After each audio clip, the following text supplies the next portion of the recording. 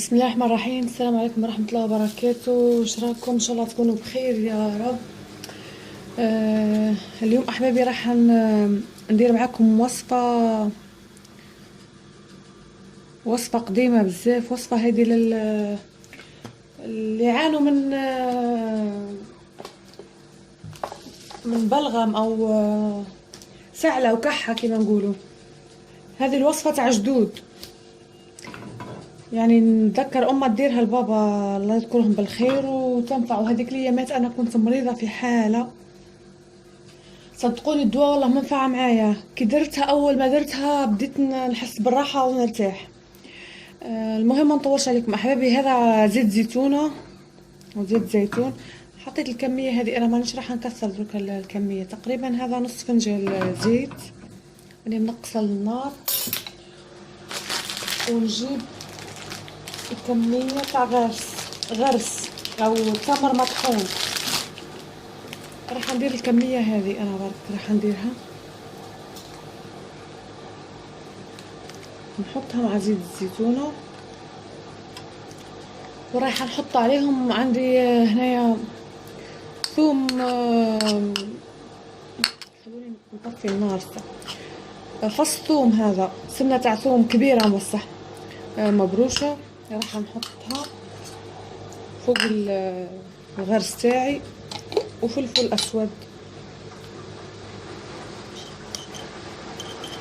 تقريبا الكمية هذه، وراح نخلطهم مع بعضها. صدقوني تنفع. قلت لكم انا يا ما نطش طول صدري دار فيا حالة بالسعلة خلاص التنفس يعني حبس. وتفكرتها، ما كانش عندي تمر، تفكرتها قلت الزوج تاعي قلت له جيب لي تمر مطحون، جابهولي ودرتها. بس حشيت تتكل هذه على الريق. كنت نوض الصباح، مع نوض الصباح اول ما ندير حاجه ما ناكل والو، نخدمها ندير كميه يعني مليحه، ناكل الشيء اللي قدرت عليه، نخليها تدفى ما تكونش سخونه بزاف.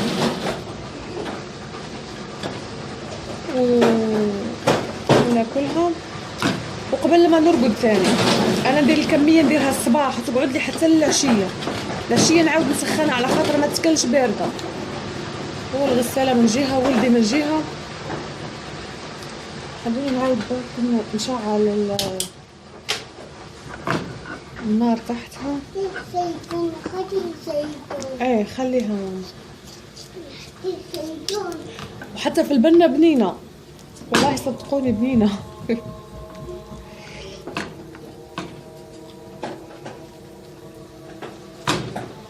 المهم تحب المداومه تقريبا. حتى الولاد الصغار ما تنفعهم ما تضرهمش.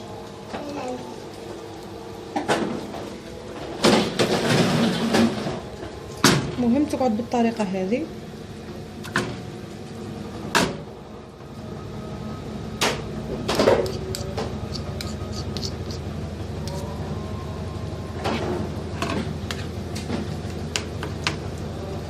وناكلوا منها احبابي بالطريقه هذه. كي تهزوا حاجه باينه راح نطفينها. كي نهزوا بالكميه تاع التمر ومعاها شوي زيت، واكيد لازم تكون دافيه ما تكونش سخونه بزاف كما قلت لكم. خصوصا مع الوقت هذا الناس كامل تشكي من الوقت اللي تبدل فيه الجو. الناس كامل تضل تشكي من السعله والوقت هذا ثاني وقت مرض كما نقولوا حنايا. كي يجي وقت باش يتبدل من الصيف للشتاء الخريف، ولا من الخريف للشتاء، صعيب الوقت هذاك. المهم احبابي بالطريقه هذه وتاكلوا ما تتقيدوش يعني تقولوا مغرف ولا زوج. الشيء اللي قدرتوا عليه تاكلوه. يعني اذا قدرتوا تديروا الكميه هذه الصباح وتاكلوها كامل تاكلوها، وتعاودوا ديروا نفس الكميه او المهم كميه وتاكلوها قبل ما ترقدوا. صدقوني تنفع. المهم احبابي نتمنى نكون افدتكم بهالوصفه هذه وما تنسونيش احبابي بالاعجاب والاشتراك بالقناه اللي ماهوش مشترك. وبالمناسبة نشكر كل من شجعني واللي مازال يشجعني يعني على القناة، على تقديم الوصفات وأكيد راح ننفعكم بالشي اللي نقدر عليه واللي نعرفه ما نشرح أنا بخل به.